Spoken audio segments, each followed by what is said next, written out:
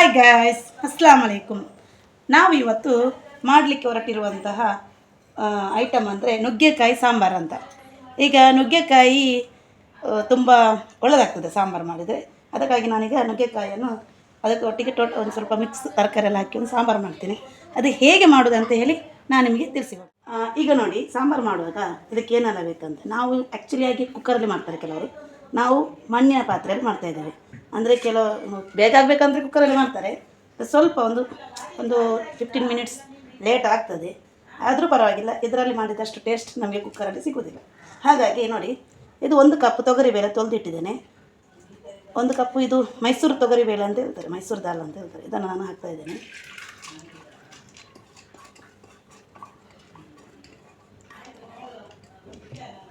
ಅದೇ ಥರ ನಮ್ಮದು ಇದು ತೊಗರಿಬೇಳೆ ಅಂತ ಹೇಳ್ತಾರೆ, ಇದನ್ನು 1 ಕಪ್ ಅಷ್ಟು ಹಾಕ್ತಾಯಿದ್ದೇನೆ.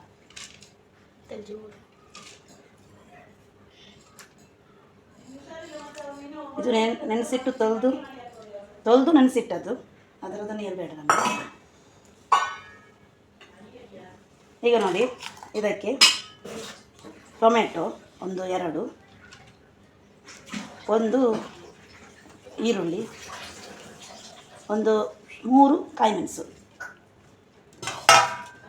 1 ಕಪ್ಪು ನೀರು. ಇದು ನೀರು ಸಾಕಾಗೋದಿಲ್ಲ, ಸ್ವಲ್ಪ ಪುನಃ ಹಾಕಬೇಕಾಗ್ತದೆ. ಇನ್ನೊಂದು ಕಪ್ಪು ನೀರು ಹಾಕ್ತಾಯಿದ್ದೇನೆ. ಸ್ವಲ್ಪ ಹಳದಿ ಹುಡಿ,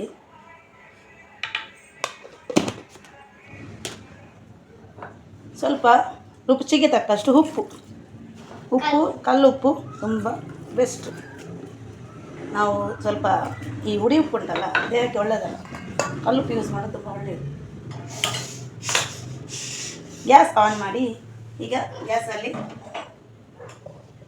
ಇದನ್ನಿಟ್ಟಿದ್ದೇನೆ. ಇದನ್ನೀಗ ಒಂದು ಮುಚ್ಚಳದಿಂದ ಆನ್ ಮಾಡಿ, ಈಗ ಒಂದು ಮುಚ್ಚಳ ಮುಚ್ಚಿದ್ದೇನೆ. ಒಂದು 15 ಮಿನಿಟ್ಸಲ್ಲಿ, ಒಂದು 20-15 ನಿಮಿಷದಲ್ಲಿ ಇದು ತೊಗರಿಬೇಳೆ ಬೇಯ್ತದೆ. ಒಂದು ಸ್ವಲ್ಪ ದಮ್ಮಾಗಿರಬೇಕು. ಈಗ ಮುಚ್ಚಿ, ಈಗ ನೋಡಿ 5 ನಿಮಿಷ ಆಯಿತು. 5 ನಿಮಿಷದಲ್ಲಿ ಇಷ್ಟು ಬೆಂದಿದೆ ನೋಡಿ. ಇನ್ನೊಂದು 5 ನಿಮಿಷದಲ್ಲಿ ಪೂರ್ತಿ ಬೇಯ್ತದೆ. ತೊಗರಿಬೇಳೆ ಬೆಂದಿದೆ. ಕರೆಕ್ಟ್ ಒಂದು 7 ಮಿನಿಟ್ಸಲ್ಲಿ ನನಗೆ ಇದು ತೊಗರಿಬೇಳೆ ಬೆಂದು ಸಿಕ್ಕಿದೆ. ನನಗೆ ಸ್ವಲ್ಪ ಇನ್ನೊಂದು 2 ನಿಮಿಷ ಬೇಯಬೇಕು. ಅಂದರೆ ಅದಕ್ಕೆ ನಾನು ತರಕಾರಿ ಬೇಯಿಸುವಾಗ ಬೇಯ್ತದೆ ಆಲ್ರೆಡಿ. ಈಗ ತರಕಾರಿ ಬೇಯಿಸಬೇಕು. ನನಗಿದು ಸಣ್ಣ ಆಯಿತು ಪಾತ್ರೆ, ಅಂದರೆ ಅದು ತೊಗರಿಬೇಳೆ ಬೇಯಿಸ್ಲಿಕ್ಕೆ ಅಂತ ನಾನು ತಗೊಳ್ಳೋದು. ಇನ್ನು ತರಕಾರಿ ಬೇಯಿಸಬೇಕು, ಅದು ಒಂದರಲ್ಲಿ ಆಗ್ತದೆ. ಅದು ಸಣ್ಣದೊಂದು ಇರಲಿ, ತೊಗರಿಬೇಳೆ ಬೇಗ ಬೇಯಲಿ ಅಂತ ಅದಿಟ್ಟದು. ಈಗ ದೊಡ್ಡ ಪಾತ್ರೆ ಇಟ್ಟಿದ್ದೇನೆ. ಇದಕ್ಕೆ ಒಂದು 3-4 ನುಗ್ಗೆಕಾಯಿ ತೊಗೊಂಡಿದ್ದೇನೆ. ನಾನು ನುಗ್ಗೆಕಾಯಿ ತೊಗೊಂಡಿದ್ದೇನೆ 3-4.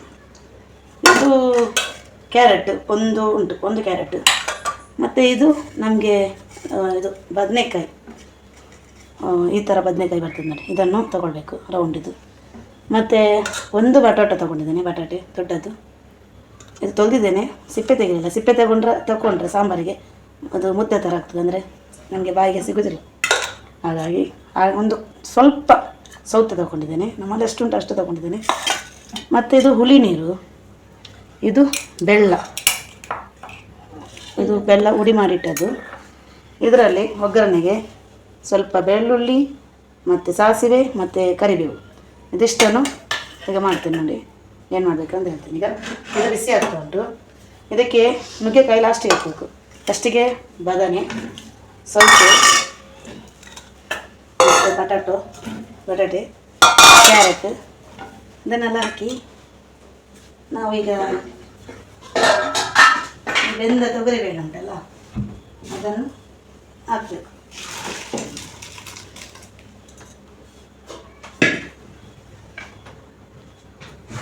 ಈಗ ನೋಡಿ, ನಾನು ನೀರು ಸ್ವಲ್ಪ ಹಾಕ್ತಾಯಿದ್ದೀನಿ. ಈಗ ಕರೆಕ್ಟಾಗಿ ಒಂದು ಬಂದಿದೆ ನೋಡಿ.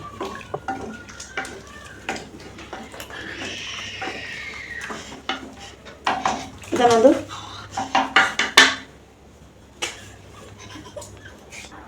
ಈಗ ಬೇಯಿಸ್ಲಿಕ್ಕೆ ಇಟ್ಟಿದ್ದೇನೆ. ಮುಚ್ಚಿಡ್ತಾ ಇದ್ದೇನೆ. ಇದಕ್ಕೆ ಬೇಯಲಿ ಒಂದು ಇದು 5 ನಿಮಿಷದಲ್ಲಿ ಬೇಯ್ತದೆ ನೋಡುವ. ಈಗ ನೋಡಿ ನಮ್ಮದು ಸಾಂಬಾರದ್ದು ನೋಡಿ ಬೆಂದಿದೆ ನೋಡಿ. ತೊಗರಿಬೇಳೆ ಕೂಡ ಕರೆಕ್ಟ್ ಬೆಂದಿದೆ. ಇಷ್ಟು ನಮಗೆ ಬೇಕು, ಬೇಯಬೇಕು. ಇಷ್ಟು ಬೆಂದಾದಮೇಲೆ ಇದು ಉಂಟಲ್ಲ ನುಗ್ಗೆಕಾಯನ್ನು ಲಾಸ್ಟಿಗೆ ಹಾಕಬೇಕು. ಅದು ಒಂದು ಕುದಿಗೆ ಬೇಯ್ತದೆ, ಇಲ್ಲದಿದ್ದರೆ ಅದು ನಮಗೆ ಹುಡಿಯಾಗಿ ಸಿಗ್ತದೆ. ಹುಡಿ ಆಗಬಾರ್ದು ಅಂದರೆ ಲಾಸ್ಟಿಗೆ ನುಗ್ಗೆಕಾಯನ್ನು ಹಾಕಬೇಕು ನೋಡಿ. ಇನ್ನು ಸ್ವಲ್ಪ ಹೊತ್ತು 5 ನಿಮಿಷ ಮುಚ್ಚಿಲ್ಲ. ಈಗ ನೋಡಿ ಒಂದು ಸಾಂಬಾರು ಹೇಗಾಗಿದೆ ನಾವು. ಈಗ ನೋಡಿ ಇದು ಬೇಯ್ತಾ ಬಂದಿದೆ, ಅಂದರೆ ಬೆಂದಿದೆ ಆಲ್ಮೋಸ್ಟ್. ಇಷ್ಟು ಸಾಕು, ಯಾಕೆಂದರೆ ಇದು ಮಣ್ಣಿನ ಪಾತ್ರೆ ಅಲ್ಲ. ಮಣ್ಣಿನ ಪಾತ್ರೆ ಆಗೋದ್ರಿಂದ ನಾವು ಕೆಳಗಿಟ್ಟು ಕೂಡ ಬೇಯ್ತದೆ ಸ್ವಲ್ಪ ಹೊತ್ತು. ಈಗ ನೋಡಿ ಇದನ್ನೀಗ ಕೆಳಗೆ ಇಳಿಸುವ ಪಾತ್ರೆ.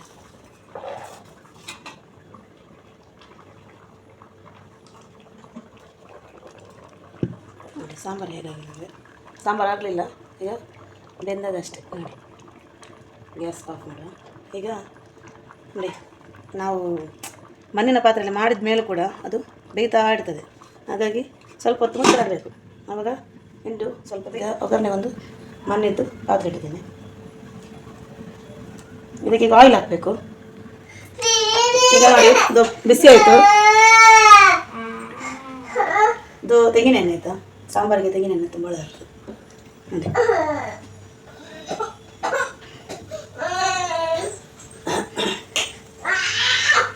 ತೆಂಗಿನೆಣ್ಣೆ ಹಾಕಿದ್ದೇನೆ. ಸ್ವಲ್ಪ ಬಿಸಿ ಹಾಕಿ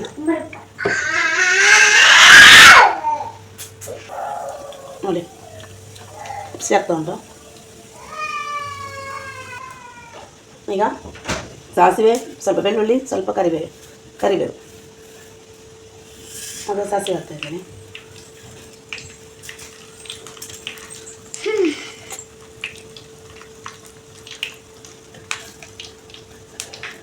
ಬೆಳ್ಳುಳ್ಳಿ ಕೂಡ ಹಾಕ್ತಾ ಇದ್ದೇನೆ.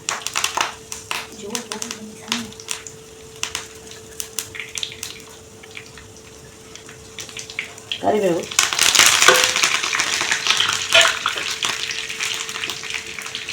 ಇನ್ನು ಇದು ನಾನು ಮನೆಯಲ್ಲಿ ಮಾಡಿದಂಥ ಸಾಂಬಾರು. ಇಲ್ಲಿ ಇದು ಮಾಡಿದ್ದುಂಟು. ಇದು ಹೇಗೆ ಮಾಡೋದಂತ ರೆಸಿಪಿ ನಾನು ಮಾಡಿ ತೋರಿಸ್ತೇನೆ ನೆಕ್ಸ್ಟ್ ವಿಡಿಯೋದಲ್ಲಿ. ಇದೀಗ ಆಲ್ರೆಡಿ ನಾನು ಮಾಡಿದ್ದುಂಟು, ಹಾಗಾಗಿ ನನಗೆ ತೋರಿಸ್ತೀನಿ. ನೀವು ಯಾವುದೇ ಸಾಂಬಾರು ಯೂಸ್ ಮಾಡ್ಬೋದು, ಅಂದರೆ MTR ಮತ್ತು ಎವರೆಸ್ಟ್ ಆಗುತ್ತೆ, ಬೋನ್, ಈಗೆಲ್ಲ ತುಂಬ ಸಾಂಬಾರು ಉಂಟಲ್ಲ, ಯಾವುದು ಯೂಸ್ ಮಾಡ್ಬೋದು. ಇದು ನಾನು ಮನೆಯಲ್ಲಿ ಮಾಡಿದ್ದು ಇನ್ನೊಂದು ರೆಸಿಪಿಯಲ್ಲಿ ವಿಡಿಯೋದಲ್ಲಿ ನಾನು ತೋರಿಸ್ತೇನೆ ಹೇಗೆ ಮಾಡೋದಂತ ರೆಸಿಪಿ. ಒಂದು 4-5 ಚಮಚ ಹಾಕಿ, ನಾನೊಂದು 4-5 ಚಮಚ ಹಾಕಿದ್ದೇನೆ. ಹೀಗೆ ಹಾಕಿ ಇಲ್ಲ ನೋಡಿ ಇದನ್ನು ಹೀಗೆ ಫ್ರೈ ಮಾಡಬೇಕು. ಯಾವಾಗ ನಾವು ಸಾಂಬಾರು ಡೈರೆಕ್ಟ್ ಅಲ್ಲಿ ಹಾಕ್ಬಾರ್ದು. ಸಾಂಬಾರನ್ನು ಸ್ಲಿಮ್ಮಲ್ಲಿಟ್ಟು ಹೀಗೆ ಸ್ವಲ್ಪ ಬಿಸಿ ಮಾಡಬೇಕು. ಆಗ ಒಂದು ಪರಿಮಳ ಬರ್ತದೆ. ಇದಾದಮೇಲೆ ಇದನ್ನು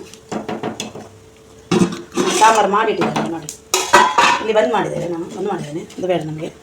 ಈಗ ನಾವು ಇದು ಹುಳಿ ನೀರು ಉಂಟಲ್ಲ, ಈ ಹುಳಿ ನೀರನ್ನು ನಾನು ಹಾಕ್ತೇನೆ ನೋಡಿ ಸಾಂಬಾರಿಗೆ.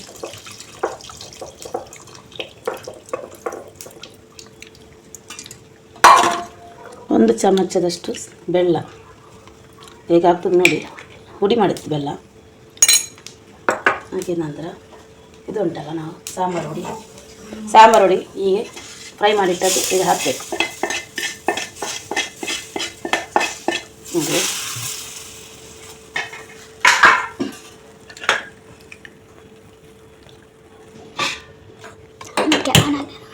ಗ್ಯಾಸ್ ಆನ್ ಮಾಡಿದ್ದೇನೆ.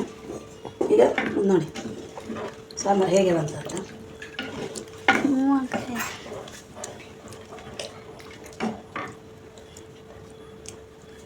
ಇದು ದಪ್ಪ ಉಂಟು ನೋಡಿ, ಇದಕ್ಕೆ ಸ್ವಲ್ಪ ನೀರು ಹಾಕಬೇಕು. ಎಷ್ಟು ದಪ್ಪ ಇದ್ದರೆ ಇನ್ನೂ ಕೂಡ ದಪ್ಪ ಆಗ್ತದೆ ಸ್ವಲ್ಪ.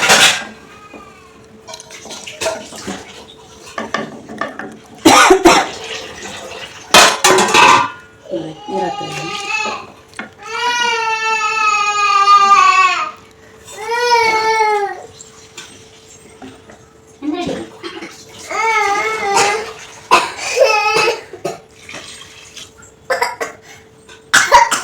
ಇಷ್ಟು ನೀರು ಹಾಕಿದ್ದೆ. ಇನ್ನು ಅದೊಂದು ಕೋದಿ ಬರಬೇಕು. ನೋಡಿ ಇಷ್ಟು ನೀರು ಹಾಕಿದ್ದೇನೆ. ಉಪ್ಪೆಲ್ಲ ಸರಿಯಾಗಿತ್ತು, ಹುಳಿ ಉಂಟು, ಸಿಹಿ ಕೂಡ ಸ್ವಲ್ಪ ಆಯಿತು. ಸರಿಯಾಗಿ ಮುಚ್ಚಿಟ್ಟು ಒಂದು 5 ನಿಮಿಷ ಆಗಲಿ, ಕುದೀತದೆ. ಆದ ನಂತರ ಈಗ ಸಾಂಬಾರು ರೆಡಿಯಾಗಿದೆ, ಕುದಿ ಬಂದಿದೆ ನೋಡಿ. ರೆಡಿಯಾಗಿದೆ. ಈಗ ಕೊತ್ತಂಬರಿ ಸೊಪ್ಪು ಹಾಕ್ತಾ ಇದ್ದೀನಿ ಸಾಂಬಾರಿಗೆ.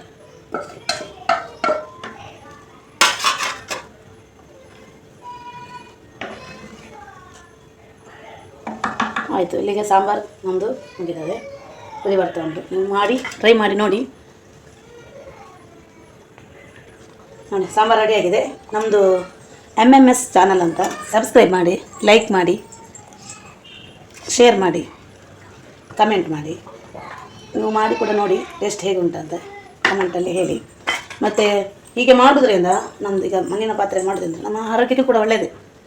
ಈಗ ಕುಕ್ಕರಲ್ಲಿ ಮಾಡಿದರೆ ಅದು ಅಷ್ಟು ಒಳ್ಳೆಯದಲ್ಲ ಬಟ್ ನಾವು ಮಣ್ಣಿನ ಪಾತ್ರೆಯಲ್ಲಿ ಮಾಡೋದು ತುಂಬ ಒಳ್ಳೆಯದು. ಅಂದರೆ ಈ ಮಣ್ಣಿನ ಪಾತ್ರೆಯಲ್ಲಿ ಮಾಡೋದ್ರಿಂದ ನೋಡಿ, ನಾನೀಗ ಮುಟ್ಟಿದ್ದೇನೆ ನೋಡಿ, ಬಿಸಿ ನಮಗೆ ಗೊತ್ತಾಗೋದಿಲ್ಲ. ಅದು ಕುಕ್ಕರಲ್ಲಿ ನಮಗೆ ಹೇಗೆ ಇಡ್ಲಿಕ್ಕೆ ಆಗ್ತದೆ ನೋಡಿ, ಆಗೋದಿಲ್ಲ. ಹಾಗೆಯೇ ಈ ಮಣ್ಣಿನ ಪಾತ್ರೆ ಅಷ್ಟು ಟೇಸ್ಟ್ ಪದಾರ್ಥ ನೀವು ಯಾವ ಪಾತ್ರೆ ತನ್ನಿ, ಎಷ್ಟೋ ಹಣ ಕೊಟ್ಟು ಪಾತ್ರೆ ತನ್ನಿ, ಟೇಸ್ಟ್ ಬರೋದಿಲ್ಲ. ಅದಕ್ಕೆ ಈಗ ಒಂದು ಸಾಂಬಾರು ಆಯಿತು. ಈಗ ನಾನು ಅದನ್ನು ಯಾವ ಅನ್ನಗಟ್ಟಿಗೆ ಹೇಗೆ ಆಗ್ತದೆ ಅಂತ ನೋಡುವ. ಈಗ ನೋಡಿ ಗೈಸ್, ಕುಚ್ಚಲಕ್ಕಿ, ಅನ್ನ ಮತ್ತು ಇದೀಗ ಸಾಂಬಾರು ಹಾಕ್ತೀನಿ ನೋಡಿ.